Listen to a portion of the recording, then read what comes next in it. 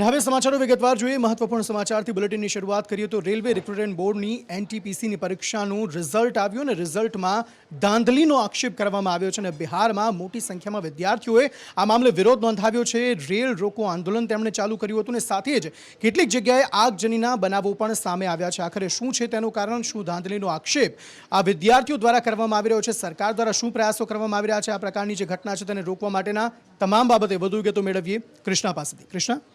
જી અંકિત, railway recruitment board દ્વારા NTPC એટલે કે નોન ટેકનિકલ પોપ્યુલર કેટેગરીની પરીક્ષા જાહેર કરવામાં આવી હતી. 35,000 કરતાં વધારે પદ માટે ભરતી કરવાની જાહેરાત કરવામાં આવી હતી. 2019માં માર્ચમાં જાહેરાત કરવામાં આવી હતી. 2020માં માર્ચમાં પરીક્ષા લેવાની હતી, પરંતુ કોરોના મહામારીને કારણે પરીક્ષા પાછી ઠેલવામાં આવી હતી અને ત્યારબાદ 2021-2022ની વચ્ચે આ એક્ઝામ લેવામાં આવી હતી જાન્યુઆરી સુધી અને જાન્યુઆરી 14 જાન્યુઆરી હમણાં જ એનું રિઝલ્ટ સામે આવ્યું. હવે 35,000 પદ માટે આ એક્ઝામ લેવાની હતી, ભરતી જાહેરાત કરાઈ હતી, પરંતુ જે લોકોને હાલ લેવલ 2 માટે ક્વોલિફાય કરવામાં આવ્યા છે તેની સંખ્યા ખૂબ મોટી છે અને એટલા માટે 7 લાખ કરતાં પણ વધારે અને એટલા માટે અને આમાં એવું હતું કે 2 લેવલ માટે પરીક્ષા હતી. એક પરીક્ષામાં એવું હતું લાયકાત હતી કે ધોરણ 12 સુધીની હતી અને બીજું જે લેવલ 6ની હતી એના માટે લાયકાત ગ્રેજ્યુએટ લેવલ સુધીની હતી. હવે જે જાહેરાત કરવામાં આવી અને ત્યારબાદ જે પસંદગી થઈ તેને લઈને વિવાદ એ ઊભો થયો છે કે જે વિદ્યાર્થીઓ હાલ વિરોધ કરી રહ્યા છે, ગયામાં તોડફોડ કરવામાં આવી, રેલવેની સંપત્તિને નુકસાન પહોંચાડવામાં આવ્યું, ચાલતી ટ્રેનમાં પથ્થરબાજી કરવામાં આવી, જે ટ્રેન ઊભેલી હતી તેને સળગાવી દેવામાં આવી. આ આંદોલનકારીઓ અથવા આ જે લોકો છે એમનો એવો કહેવું છે, એમનો એવો એના માટે વિરોધ છે કે જે લોકો પરીક્ષામાં તેમના માટે જે પરીક્ષા જાહેરાત કરવામાં આવી હતી લેવલ 1 માટે કે જે 12મા ધોરણ માટેની લાયકાત સુધીની હતી તેમાં ગ્રેજ્યુએટ લેવલ સુધીના લોકોને પણ તેમાં સમાવેશ કરી લેવામાં આવ્યો છે. એટલે એમનું એવું કહેવું છે કે એ તો સ્વાભાવિક છે કે જ્યારે વધારે કોઈ ઉચ્ચ શિક્ષા ધરાવતું તેમાં સામેલ થાય તો એ વધારે સક્ષમ હશે અને એટલા માટે તેમને જે નોકરી મળવી જોઈએ એ ગ્રેજ્યુએટ લેવલના કોઈ વ્યક્તિને મળી જશે. એટલે આ અયોગ્ય છે તેવો તેમનો તર્ક છે. બીજી બાજુ રેલવે બોર્ડનું એવું કહેવું છે કે કોઈ વધુ શિક્ષણ ધરાવતું, વધુ લાયકાત ધરાવતું વ્યક્તિ જો કોઈ લેવલ 1 માટે આવેદન આપે, લેવલ 1 માટે તેઓ ભરતી પ્રક્રિયા માટે આવે, એડમિશન લે તો એના માટે તેઓ રોકી ન શકે. પરંતુ હવે આને લઈને કમિટીની રચના કરવામાં આવી છે. 4 માર્ચ છે તેનો રિપોર્ટ સામે, 1 માર્ચે તેનો રિપોર્ટ સામે આવશે અને શું પણ છે આગળ અને અત્યાર સુધીની જે પણ અન્ય પરીક્ષાઓ લેવાની હતી તે સ્થગિત કરવામાં આવી છે. જ્યાં સુધી કમિટીનો રિપોર્ટ ના આવે ત્યાં સુધી અન્ય પરીક્ષાઓ નહીં લેવામાં આવે. પરંતુ રેલવે સંપત્તિને જે નુકસાન પહોંચાડવામાં આવ્યું તેને લઈને રેલવે મંત્રી અશ્વિની વૈષ્ણવે ટ્વીટ કર્યું છે. તેમણે કહ્યું છે કે તમારી જવાબદારી છે રેલવે સંપત્તિને નુકસાન ન પહોંચાડો. આપણે સૌ એક સાથે છે, તમે મારા ભાઈ છો અને એટલા માટે હું અપીલ કરું છું કે તમારી જે પણ ફરિયાદો હશે તેનું નિરાકરણ આવશે. સાથે બેસીને આ આખી સમસ્યાનો આપણે નિકાલ લાવીએ. પરંતુ આવી રીતે રેલવે સંપત્તિને નુકસાન પહોંચાડવું યોગ્ય નથી. પરંતુ પરીક્ષાર્થીઓ કે જે ઉમેદવારો છે હાલ રોષે ભરાયેલા છે અને તેઓ હજુ વિરોધ કરવાના મૂડમાં છે. અંકિત, આભાર સમગ્ર માહિતી આપવા માટે. અને કદાચ આ રોષ જાયઝ બનશે કારણ કે વિદ્યાર્થીઓએ મહેનત કરી હતી, ઉમેદવારોએ મહેનત કરી હતી, સમય બગાડ્યો હતો, પૈસા બગાડ્યા હતા અને ત્યારબાદ આ પ્રકારની ધાંધલી જ્યારે સામે આવે છે ત્યારે માત્ર ને માત્ર જ્યારે રેલ સંપત્તિની વાત કરવામાં આવે છે ત્યારે એ વિદ્યાર્થીઓના સમયની પણ વાત અહીંયા કરવી રહી, સાથે સાથે અન્ય બાબત જે તેમના પૈસાનો વેડફાટ થયો છે તેની પણ વાત અહીંયા કરવી રહી. બીજી તરફ થોડા સમય પહેલાંની વાત છે, ગુજરાતનો એક પરિવાર જે કેનેડાથી અમેરિકા ગેરકાયદેસર રીતે ઘૂસવાનો પ્રયત્ન કરી રહ્યો હતો ને તેઓ -35 ડિગ્રીમાં થીજીને તે ચારેયના મોત થયા, જેમાં પતિ પત્ની અને 2 બાળકોનો સમાવેશ થાય છે. આ મામલે પૂર્વના મુખ્યમંત્રી એવા નીતિન પટેલ દ્વારા થોડા સમય પહેલાં નિવેદન આપવામાં આવ્યું હતું કે રોજગારીની તકો રાજ્યમાં એટલી નથી. આ મામલે મનીષ દોશી જે કોંગ્રેસના પ્રવક્તા છે તેમણે પણ કંઈક નિવેદન આપ્યું. સાથે સાથે ગૃહ રાજ્યમંત્રી જે હર્ષ સંઘવી છે તેમણે પણ નિવેદન આપવામાં આવ્યું છે. તેમણે શું કહ્યું, મનીષ દોશીએ શું આક્ષેપ કર્યા, આ સમગ્ર બાબતે વધુ માહિતી મેળવીએ હિરેન રાવલ પાસેથી. હિરેન, જે પ્રકારે ગુજરાતીઓ વિદેશની અંદર જઈ રહ્યા છે અને વિદેશની અંદર ગયા પછી જે 10 દિવસ પહેલાનો ઘટનાક્રમ છે, કલોલના ડીંગુચાનો પરિવાર કે જે બરફની અંદર થીજી ગયો અને તેનું અવસાન થયું હોવાની વાત છે. આ મુદ્દાને લઈ હવે રાજકીય આક્ષેપ પ્રત્યાક્ષેપના દોર શરૂ થઈ ચૂક્યા છે. એક તરફ આખા મુદ્દામાં અને આ પ્રકારના અન્ય કેટલા પરિવારો ખોટી રીતે કેનેડા અને કેનેડાથી અમેરિકા જવાનો પ્રયાસ કર્યા છે તેની માહિતી માટે હ્યુમન ટ્રાફિકિંગ માટે સીઆઈડી ક્રાઇમને તપાસ રાજ્ય સરકાર દ્વારા સોંપવામાં આવી છે. પરંતુ આ પરિસ્થિતિમાં જે પ્રકારે રાજકીય નિવેદનો આવી રહ્યા છે, થોડા દિવસ પહેલાં જ પૂર્વ નાયબ મુખ્યમંત્રી નીતિન પટેલે કહ્યું હતું કે ગુજરાતની અંદર રોજગારીની તકો જે છે તે સીમિત છે, ઉચ્ચ અભ્યાસ અને ઉચ્ચ રોજગાર, ઉચ્ચ સ્તરની રોજગારી એટલે કે જીવન ધોરણ ઊંચું રહે એ માટેની રોજગારી માટે આ લોકો છે તે વિદેશ જઈ રહ્યા છે. અને આ પ્રકારના નિવેદન બાદ આજે કોંગ્રેસ તરફથી મનીષ દોશીએ કહ્યું કે સરકાર માત્ર ઉત્સવોના તાયફાઓ કરે છે, રોજગારી અહીંયા પૂરી નથી પડતી અને એટલા માટે લોકોએ વિદેશ જવું રહેવું પડ્યું છે. સરકાર આટલા દિવસો થયા હોવા છતાં હજુ સુધી આજે પરિવારનું અવસાન થયું છે અથવા તો જે પરિવાર નથી મળી રહ્યો તેની સત્તાવાર કોઈ પણ પ્રકારની પુષ્ટિ કરી રહી નથી. સરકારે ગંભીરતાથી આ મુદ્દો લેવો જોઈએ તે પ્રકારનું કોંગ્રેસનો આરોપ છે. જો કે ભાજપના જ નેતા અને રાજ્ય સરકારના ગૃહ રાજ્યમંત્રીનું જે નિવેદન છે તે ક્યાંક નીતિન પટેલથી વિરોધાભાસી છે. તેમનું કહેવું છે કે ગુજરાતની અંદર રોજગારીની તકો વિપુલ પ્રમાણમાં છે. દેશભરની અંદર ગુજરાત રોજગારીનું સર્જન સૌથી વધારે કરી રહ્યું છે, પરંતુ નીતિન પટેલે જે કહ્યું કે ગુજરાતમાં રોજગારીની તકો મર્યાદિત છે અને એટલે લોકો વિદેશ જઈ રહ્યા છે, તેને લઈને હવે રાજકારણ આક્ષેપ પ્રતિ આક્ષેપો થઈ રહ્યા છે. જો કે હજી સુધી પરિવાર આ ડીંગુચાનો છે તેનું જ અવસાન થયું છે કે અન્ય કોઈ પરિવાર છે તેને લઈને કોઈ પણ પ્રકારની સ્પષ્ટતા નથી થતી. એટલા માટે કે એક નહીં આવા 5 થી 6 પરિવારો એવા છે કે જે ખોટી રીતે કેનેડાથી અમેરિકા જવા માટે નીકળેલા છે અને તેની પણ ત્યાં અટકાયત કરવામાં આવી છે. જી હિરેન, આભાર સમગ્ર માહિતી આપવા માટે. આ તરફ સમાચારો તરફ આગળ વાત કરીએ તો મધ્યપ્રદેશમાં નેશનલ હાઈવે ઉડાવવાનું ષડયંત્ર રચવામાં આવ્યું. અસામાજિક તત્વો દ્વારા ટાઈમ બોમ્બ મૂકવામાં આવ્યો હતો. જોકે 5 મિનિટ પહેલા જ આ ટાઈમ બોમ્બને ડિફ્યુઝ કરી દેવામાં આવ્યો છે. શું છે સમગ્ર મામલો? નુપુર પાસેથી જાણીએ. નુપુર. અંકિત, મામલો ખૂબ ગંભીર છે કારણ કે પ્રજાસત્તાક દિવસ છે, 26મી જાન્યુઆરી છે અને ઠેર ઠેર ચાંપતો બંદોબસ્ત ગોઠવવામાં આવ્યો છે. અને બીજી તરફ ઉત્તર પ્રદેશમાં ચૂંટણી પણ છે અને જ્યાંથી આ બોમ્બ મળી આવ્યો છે એ મધ્યપ્રદેશનું રીવા છે, ત્યાંથી આ બોમ્બ મળી આવ્યો છે અને આ બોમ્બ એક બ્રિજની નીચે લગાવવામાં આવ્યો હતો. મહત્વની વાત અહીંયા આગળ એ આવે છે કે આ બોમ્બ જે જગ્યાએ લગાડવામાં આવ્યો હતો એ ઉત્તર પ્રદેશ અને મધ્યપ્રદેશની સરહદ વિસ્તાર છે અને આ જે રસ્તા ઉપર બોમ્બ મૂકવામાં આવ્યો હતો, આમ તો કાશ્મીર કન્યાકુમારી હાઈવે કહેવામાં આવે છે, પણ પ્રયાગરાજ અને બનારસને આ રસ્તો જોડે છે. એટલે એક મહત્વની વસ્તુ અહીંયા બહુ ભયંકર હતી કે આ બોમ્બ મૂકવામાં આવ્યો 5 જ મિનિટ પહેલા એને ડિફ્યુઝ કરવામાં આવ્યો છે. અને સૌથી ચોંકાવનારી વાત એ હતી કે આ બોમ્બની સાથે એક લેટર પણ હતો, એક પત્ર હતો અને એમાં ઉત્તર પ્રદેશના મુખ્યમંત્રી યોગી આદિત્યનાથના નામે ધમકી પણ લખવામાં આવી હતી. અમે આપને રોકી શકીએ છીએ, આવા કંઈક શબ્દો એની અંદર લખવામાં આવ્યા હતા અને બહુ જબરજસ્ત એક ઘટના હચમચાવી દે એવી કહી શકાય ગણતંત્ર દિવસે. પણ જો કે જે બોમ્બ ડિસ્પોઝલ સ્ક્વોડ છે એ સમયસર પહોંચી ગઈ હતી અને એડીજીપી છે મધ્યપ્રદેશના એમના દ્વારા ઉત્તર પ્રદેશના એડીજીપી દ્વારા કહેવામાં આવ્યું છે કે બોમ્બ ડિફ્યુઝ થઈ ચૂક્યો છે. આ ધમકી આપવામાં આવી છે, એ ધમકીના અસામાજિક તત્વોનો આ પ્રયાસ છે અને સાથે જ એમનું કહેવું છે કે અમે ટૂંક સમયમાં જ આ આરોપીઓને પકડી લઈશું, પણ આની ઉપર કાર્યવાહી થાય અને કાર્યવાહી યોગ્ય દિશામાં થાય એ ખૂબ જરૂરી છે કારણ કે રાષ્ટ્રીય સુરક્ષા, નેશનલ સિક્યુરિટી સાથે જોડાયેલો આ મુદ્દો છે અને એક ગંભીર બાબત છે. હવે જોવાનું એ છે કે આવનારા સમયમાં તપાસ દરમિયાન આમાં શું ખુલાસા થાય છે. અંકિત. જી નુપુર, આભાર સમગ્ર માહિતી આપવા માટે. આ તરફ ગૂગલ જે કંપની છે વિશ્વની પ્રતિષ્ઠિત કંપની ગણાય છે, પરંતુ આના જે સીઈઓ છે સુંદર પિચાઈ, તેમના વિરુદ્ધ અને ગૂગલના જ 4 અન્ય એમ્પ્લોય વિરુદ્ધ એફઆઈઆર દાખલ કરવામાં આવી છે.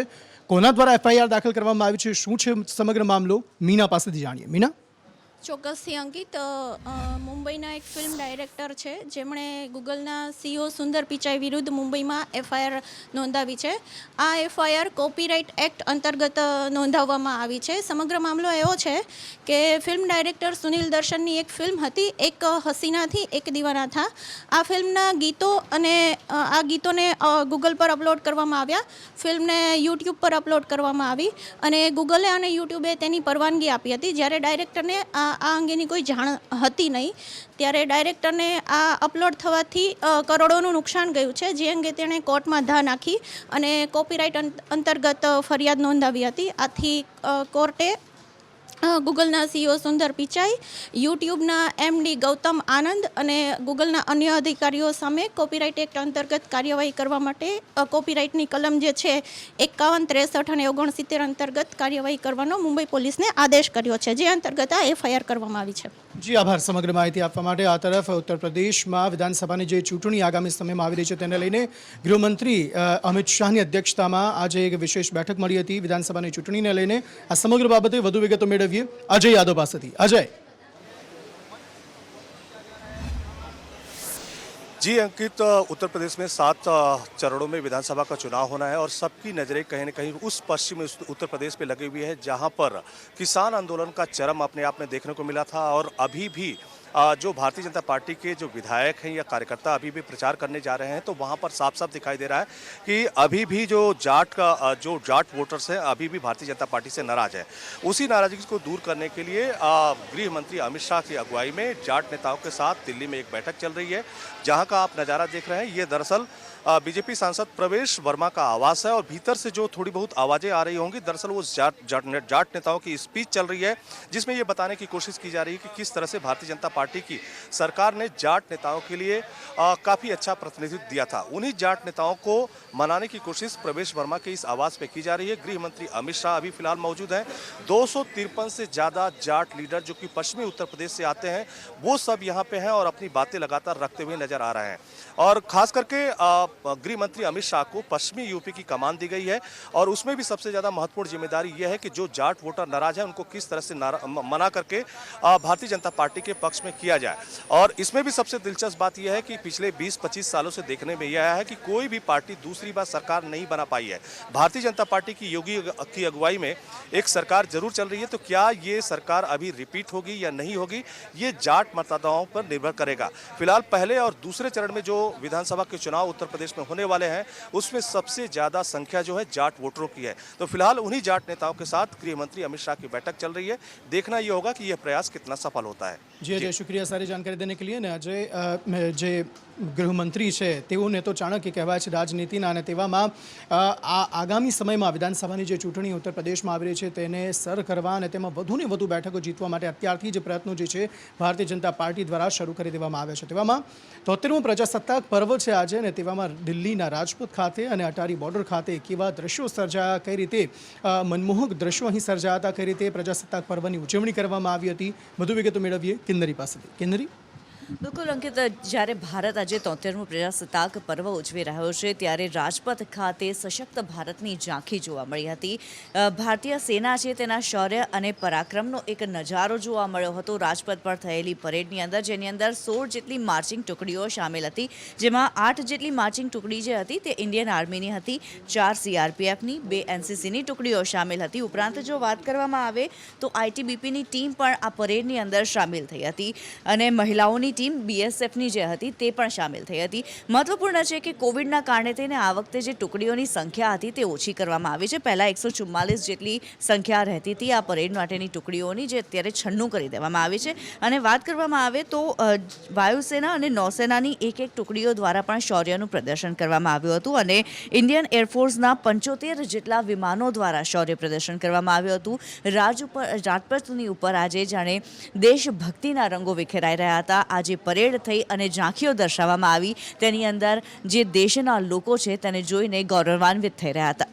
જી કિન્નરી, આભાર સમગ્ર માહિતી આપવા માટે। ને પ્રજાસત્તાક પર્વ હતું ને તેના કારણે રંગીચંગી ઉજવણી ન માત્ર દિલ્હી ખાતે અટારી બોર્ડર ખાતે પરંતુ ગુજરાતમાં પણ અલગ અલગ જિલ્લાઓમાં ઉજવણી કરવામાં આવી હતી। અલગ અલગ મંત્રીઓ દ્વારા ધ્વજવંદન કરીને પ્રજાસત્તાક પર્વની ઉજવણી કરવામાં આવી હતી। પ્રધાનમંત્રી નરેન્દ્ર મોદી પોતાની દરેક વાતને લઈને ચર્ચામાં ચોક્કસ હોય છે અને તેવામાં તેમના પહેરવેશને લઈને પણ PM મોદી વારંવાર ચર્ચામાં આવતા હોય છે। આજે પણ PM મોદીનો પહેરવેશ અને ખાસ તેમણે પહેરેલી ટોપી ચર્ચામાં આવી છે। આખરે શું છે તેનું કારણ, વધુ માહિતી મેળવીએ મનોજ અગ્રવાલ પાસેથી। મનોજ। સમગ્ર દેશ જે 73માં ગણતંત્ર દિવસની ઉજવણી કર્યો હતો, આ પહેલાં વડાપ્રધાન નરેન્દ્ર મોદી નેશનલ વોર મેમોરિયલમાં ગયા હતા, સૈનિકોને તેમણે શહીદી આપી હતી। આ વખતનો પહેરવેશ જે સૌપ્રથમ લોકોએ નિહાળ્યો કે કુર્તા પાયજામા ઉપર જેકેટ અને સાથોસાથ જે ટોપી બ્લેક હતી, આ ટોપી બાદમાં ખ્યાલ આવ્યો કે ઉત્તરાખંડી ટોપી છે અને ટોપી ઉપર જે નિશાન હતું તે બ્રહ્મકમળનું છે। આ બ્રહ્મકમળ છે ઉત્તરાખંડમાં વસતા દરેક વ્યક્તિ છે આ પ્રકારની ટોપી પહેરે છે। જો કે આ પ્રકારની ટોપી પહેરવા પાછળનું જે ગણિત છે તે સ્વર્ગસ્થ જે પૂર્વ CDS બિપિન રાવતને શ્રદ્ધાંજલિ આપી હોવાનું વાત છે। બાદમાં જે ટોપી ઉપરાંત જે તેમણે ગમછો ધારણ કર્યો હતો તે મણિપુરનું છે। લોકો કહી રહ્યા છે કે અંદાજ જે અલગ છે, જો કે એક સાથે મણિપુર અને ઉત્તરાખંડમાં ચૂંટણી આવી રહી છે તો તેને લોકો તેની સાથે પણ જોડી રહ્યા છે। પણ વડાપ્રધાન નરેન્દ્ર મોદીની દરેક સ્ટાઇલ કપડાની હોય, પાઘડી પહેરવાનું અવનવી હોય અને એક વિશેષ આકર્ષણ ઊભું કરતો હોય છે। 2015થી લઈને જો તેમની ટોપી પાઘડી પર તમે નજર કરશો તો અલગ અલગ વેશભૂષામાં તેઓ નજર આવતા હોય છે। જામનગરની ચાહે હાલારી પાઘડી હોય કે ગુજરાતી પાઘડી હોય,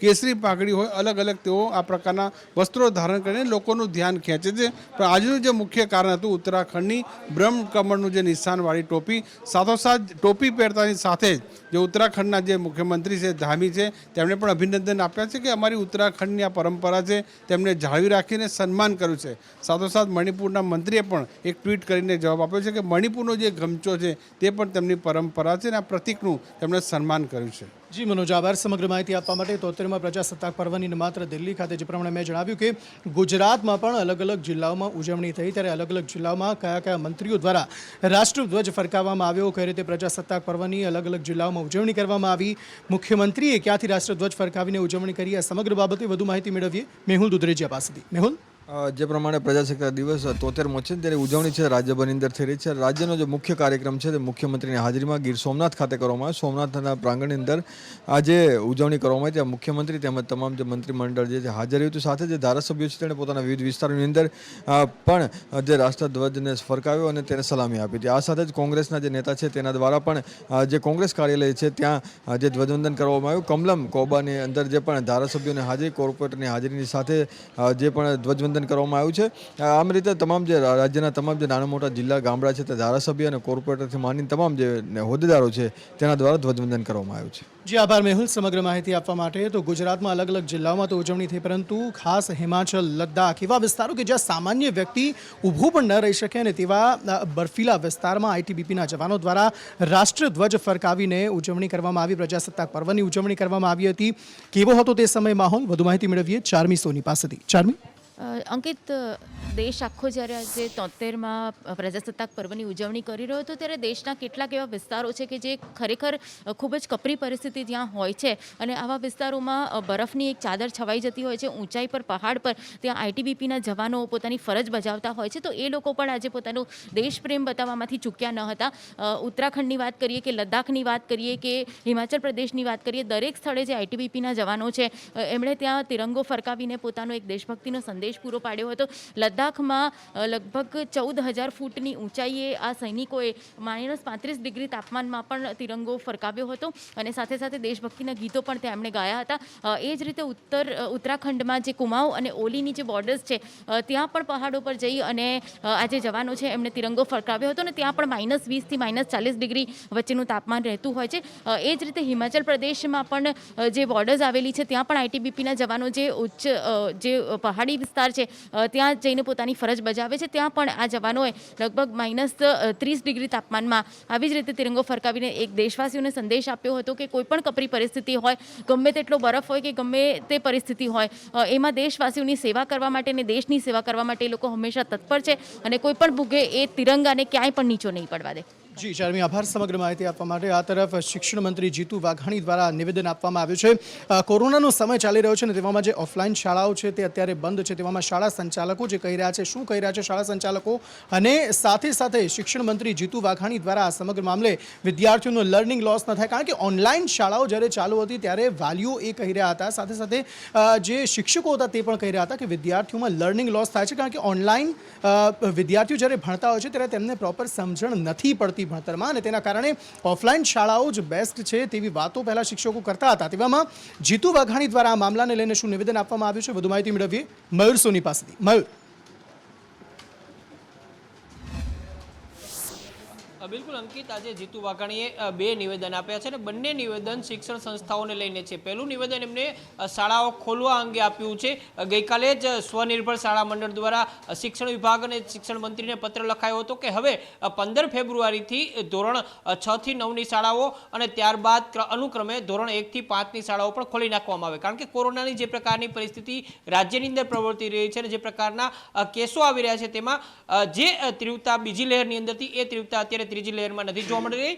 શક્યતાઓ એવી પણ વ્યક્ત કરી છે શાળા સંચાલકોએ કે ફેબ્રુઆરી આવતા સુધીની અંદર જે કોરોનાના કેસો છે તે ઘટી શકે છે. એટલે શિક્ષણનો લોસ છે તે ઘટાડવા માટે અને તમામ અભ્યાસક્રમ પૂરો કરવા માટે ઓફલાઈન શિક્ષણ જરૂરી છે. સાથે સાથે જીતુ વાઘાણીએ ફી વધારાને લઈને પણ મહત્વનું નિવેદન આપ્યું છે. ગઈકાલે સૌરાષ્ટ્રની 5,000 જેટલી સ્વનિર્ભર શાળા મંડળની જે એફઆરસીની કમિટી હતી તે મળી હતી અને આ મિટિંગની અંદર એવો નિર્ણય લેવાયો હતો કે 10,000 થી 15,000ની વચ્ચે વાર્ષિક ફી જે શાળાઓની છે તે પૈકીની 1200 જેટલી શાળાઓ છે તેમનો 5 થી 10% ફી વધારો મંજૂર કરી દેવામાં આવે અને આ નિર્ણય કમિટીએ લઈ લીધો હતો. તો આ જ વાતને લઈને જ્યારે શિક્ષણ મંત્રીને પૂછવામાં આવ્યું કે ફી વધારો કઈ રીતે થઈ શકે, કારણ કે ઓનલાઈન શિક્ષણ જ મોટા ભાગે આખા વર્ષની અંદર થયું છે, સાથે સાથે કોરોના કાળની અંદર જેટલી મુશ્કેલી શાળા સંચાલકોને થઈ છે એના કરતાં વધારે મુશ્કેલી વાલીઓને થઈ છે, કારણ કે રોજગારી નહોતી, ઘણા બધા પ્રશ્નો હતા.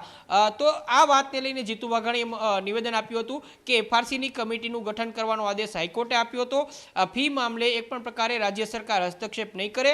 વાલીઓ અને શાળા સંચાલકો વચ્ચેની આ વાત છે અને જે નિર્ણય લેવાયો છે તેમાં વાલીઓની પણ સંમતિ ક્યાંક ને ક્યાંક હશે એવું આડકતરી રીતે નિવેદન આપીને તેમણે બચવાની કોશિશ કરી હતી. પરંતુ મહત્વની વાત એ છે કે 700 થી 1000 રૂપિયાનો વાર્ષિક ફી વધારો છે તે 1200 જેટલી શાળાઓએ કરી દીધો છે અને તેની અમલવારી આવતા વર્ષથી થઈ પણ જશે. એટલે આ વાતને લઈને જીતુ વાઘાણી બચવાની કોશિશ કરતા જોવા મળ્યા હતા. જી મયુર, આભાર સમગ્ર માહિતી આપવા માટે. એટલે કે સીધી રીતે સરકાર દ્વારા પોતાના હાથ અદ્ધર કરી દેવાયા છે, કારણ કે વાલીઓ ઘણા સમયથી એ માંગ કરી રહ્યા હતા કે કોરોના કાળ દરમિયાન અને ત્યારબાદ અત્યાર સુધી જ્યારે ઓનલાઈન શિક્ષણ શાળાઓ દ્વારા પ્રોવાઈડ કરવામાં આવતું હતું તો ફી વધારો શા માટે શાળાઓ દ્વારા લેવામાં આવે છે? 25% ફી માફીની વાત પહેલાંની જે સરકાર, વિજય રૂપાણીની જે સરકાર હતી તેમાં શિક્ષણ મંત્રી જે ભૂપેન્દ્રસિંહ ચુડાસમા હતા તેમણે 25% ફી માફીનું પણ વાત કરી હતી, પરંતુ પરિપત્ર ન આવ્યો ને ત્યારબાદ વાલીઓ પણ લટક્યા અને શાળાઓને જાણે ફી વધારવાનો મોકો મળી ગયો તેમ તેમણે ફી વધારી પણ દીધી. હવે સરકારે પોતાના હાથ અદ્ધર કરી દીધા છે. વાલીઓ જાણે ને એફઆરસી જાણે. એફઆરસી કહેશે કે શાળાઓએ ફી વધારવાની છે તો શાળાઓ ફી વધારી પણ દેશે અને વાલીઓએ એ ફી ભરવી પણ પડશે. બીજી તરફ અમદાવાદમાં કોરોનાની સ્થિતિની જો વાત કરીએ તો કોરોનાના કેસો સતત વધી રહ્યા છે અને 1200 બેડની હોસ્પિટલમાં જે કોરોનાના આંકડા જે અત્યારે સામે આવી રહ્યા છે, જે દર્દીઓ નોંધાઈ રહ્યા છે તે પણ ક્યાંક ને ક્યાંક ચોંકાવનારા જોવા મળી રહ્યા છે. શું છે અમદાવાદમાં કોરોનાની સ્થિતિ? નિકુલ પટેલ પાસેથી વધુ માહિતી મેળવીએ. નિકુલ.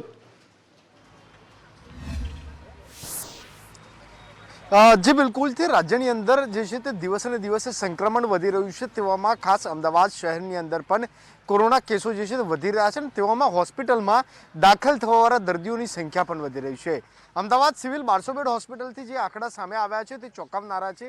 1200 બેડ હોસ્પિટલમાં 110 દર્દીઓ કોરોના જે સંક્રમિત છે તેઓ દાખલ થયા છે અને હાલ તેમની સારવાર જે છે તે ચાલી રહી છે. પરંતુ મહત્વની વાત એ છે કે જે 110 દર્દીઓ છે તેમાંથી 57 દર્દીઓ એવા છે કે જેમને વેક્સિનનો એક પણ ડોઝ નથી લીધો, જ્યારે 31 દર્દીઓ એવા છે કે જેમને વેક્સિનનો પહેલો ડોઝ લીધો છે. જ્યારે વેક્સિનના બંને ડોઝ લીધા હોવા છતાં પણ સંક્રમિત થવાનો આંકડો 21 પહોંચ્યો છે. એટલે કે કહી શકાય કે જે રીતે વેક્સિન છે જેમને નથી લીધી તે દર્દીઓ જે છે તે વધુ સંક્રમિત થઈ રહ્યા છે. તેવા દર્દીઓને ઓક્સિજન અને વેન્ટિલેટરની પણ જરૂરિયાત જે છે તે અત્યારે ઊભી થઈ રહી છે. સાથે જ ઓમિક્રોનની અંદર હવે મૃત્યુદર પણ વધી રહ્યો છે. ડેલ્ટા વેરિયન્ટની અંદર જે મૃત્યુદર 10 થી 12% રહ્યો હતો તે ઓમિક્રોનની અંદર 1 થી 2% છે, જે ઘાતક ગણી શકાય. જો 1 થી 2% પણ દર્દીઓના મૃત્યુ થાય છે તો એ આંકડો પણ જે છે તે સૌથી વધુ વધે તેવી શક્યતાઓ છે. સાથે જ શહેરની અંદર બાળકો પણ એટલા સંક્રમિત થઈ રહ્યા છે. રાજ્યમાં સૌથી વધારે કેસ અમદાવાદમાં નોંધાય છે અને તેના કારણે અમદાવાદ વાસીઓએ ચેતી જવાની ચોક્કસપણે જરૂર છે. નિકુલ, આભાર સમગ્ર માહિતી આપવા માટે.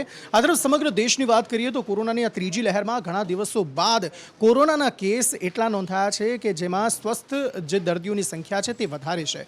આજે કોરોનાના જે આંકડા નોંધાયા દેશમાં તે હતા 2,85,000થી વધુ અને સાથે જે સ્વસ્થ થનાર દર્દીઓની સંખ્યા હતી તે હતી 2,99,000થી વધુ. તેવામાં દેશમાં એક્ટિવ કેસની સંખ્યા કેટલી છે, સાથે સાથે કેટલા લોકોના મૃત્યુ થયા છે કોરોનાના કારણે છેલ્લા 24 કલાકમાં, આ સમગ્ર બાબતે વધુ માહિતી મેળવીએ કૃણાલ શર્મા પાસેથી. કૃણાલ. અંકિત, જે રીતે ત્રીજી લહેરમાં કોરોના બ્લાસ્ટ થયો તો લોકોમાં ચિંતા જોવા મળતી હતી, પરંતુ હવે ક્યાંક કોરોના કેસ આંશિક ઘટી રહ્યા હોય તેવું લાગી રહ્યું છે અને ગુજરાતમાં પણ તેવી પરિસ્થિતિ છે. પરંતુ દેશની જો વાત કરીએ તો દેશમાં 24 કલાકમાં 2,85,914 કોરોના કેસ નોંધાયા હતા. સાથે જ 665 લોકોના મોત થઈ ચૂક્યા છે કોરોનાના કારણે અને 2,99,073 જેટલા દર્દીઓ હાલ સ્વસ્થ થયા છે. પોઝિટિવિટી રેટ છે તે 16.16% પહોંચ્યો છે. હાલ દેશમાં એક્ટિવ કોરોના કેસ 22,23,018 છે. સાથે જે રીતે વેક્સિનેશનની વાત કરું તો હાલ 163,58,44,536 લોકોને વેક્સિનેશન મૂકી દેવામાં આવ્યું છે. એટલે કે જે ફર્સ્ટ, સેકન્ડ અને બુસ્ટર ડોઝ મૂકવામાં આવી રહ્યો છે તે પણ હવે વેગવંતુ બનાવવામાં આવ્યું છે. સાથે જ ટેસ્ટ પણ જ્યારે ઓછા કરવામાં આવે છે તેના કારણે પણ આ જે આંકડા છે કોરોનાના તે ઓછા આવી રહ્યા છે. પરંતુ આશા રાખીએ કે જેમ વધુમાં વધુ ટેસ્ટ કરવામાં આવે તેમ કોરોના કેસ ઓછા થાય ને ત્યારે જ કદાચ લોકોને અને વેપારીઓને પણ કદાચ રાહત મળી શકે. જી કુણાલ, આભાર સમગ્ર માહિતી આપવા માટે. હવે રાજ્યમાં કડકડતી ઠંડીનો અનુભવ થઈ રહ્યો છે, તેવામાં આગામી સમય કેટલા સમય સુધી આ કડકડતી ઠંડીનો અનુભવ રાજ્યવાસીઓ કરવાના છે અને સાથે જ કડકડતી ઠંડીને કારણે વાતાવરણમાં જે ઠંડક વધુ છે તેના કારણે હાર્ટ એટેકના જે દર્દીઓ છે તેમાં વધારો નોંધાયો છે. આ બંને વિશે વધુ વિગતો મેળવીએ કેયુર પાસેથી. કેયુર. જે અંકિત, ડૉક્ટરોએ ચિંતા વ્યક્ત કરી છે કે ઠંડીના કારણે અત્યારે હાલ હાર્ટ એટેકનું પ્રમાણ વધ્યું છે. હોસ્પિટલોમાં આ કેસ વધુ જોવા મળી રહ્યા છે. શહેરો કરતાં ગામડાઓની અંદર હાર્ટ એટેકનું પ્રમાણ છેલ્લા થોડા સમયની અંદર વધુ નોંધાઈ રહ્યું છે. ડૉક્ટરોએ કહ્યું છે કે જે ઠંડી જે પ્રમાણે વધી રહી છે, રેકોર્ડ બ્રેક કરી રહી છે. મોટાભાગના શહેરોનું ગામડાનું તાપમાન 10 ડિગ્રીથી નીચે જોવા મળી રહ્યું છે. તો આ ઠંડીની અંદર જે લોકો કોમોર્બિડ છે, એટલે જે લોકો કોઈકને કોઈ બીમારીથી પીડાઈ રહ્યા છે, એ લોકોમાં હાર્ટ એટેકનું જોખમ વધ્યું છે. એ લોકોની હાર્ટની નસો, પગની નસો સહિતના જે નસો છે બ્લોક થવાના કેસમાં વધારો થઈ રહ્યો છે. હોસ્પિટલોમાં આવા કેસ વધી રહ્યા છે. હવામાન વિભાગે તો આગાહી વ્યક્ત કરી છે કે જે ઠંડી છે અત્યારે હાલ કન્ટિન્યુ રહેશે. 4-5 દિવસ સુધી અત્યારે હાલ ઠંડીનું પ્રમાણ છે આ જ રીતના યથાવત રહેશે, 10 ડિગ્રીની આસપાસ. ત્યારે વધુ પડતું જે લોકોને કોમોર્બિડિટી છે એ લોકો પોતાના શરીરનું ધ્યાન રાખે, ઠંડી જગ્યાઓ ઉપર ના જાય અને ગરમ કપડાં પહેરે એવું તજજ્ઞો કહી રહ્યા છે હાલ. જી કેવું આભાર સમગ્ર માહિતી આપવા માટે. આ સાથે વોર રૂમ બુલેટિનમાં અત્યારે બસ આટલું જ. પરંતુ 9:25 કલાકે વિશેષ રજૂઆત જે સંદેશ વિશેષ છે તેમાં શું જાણકારી અમે આપને આપવાના છે તેની વિશેષ માહિતી આપી દઈએ.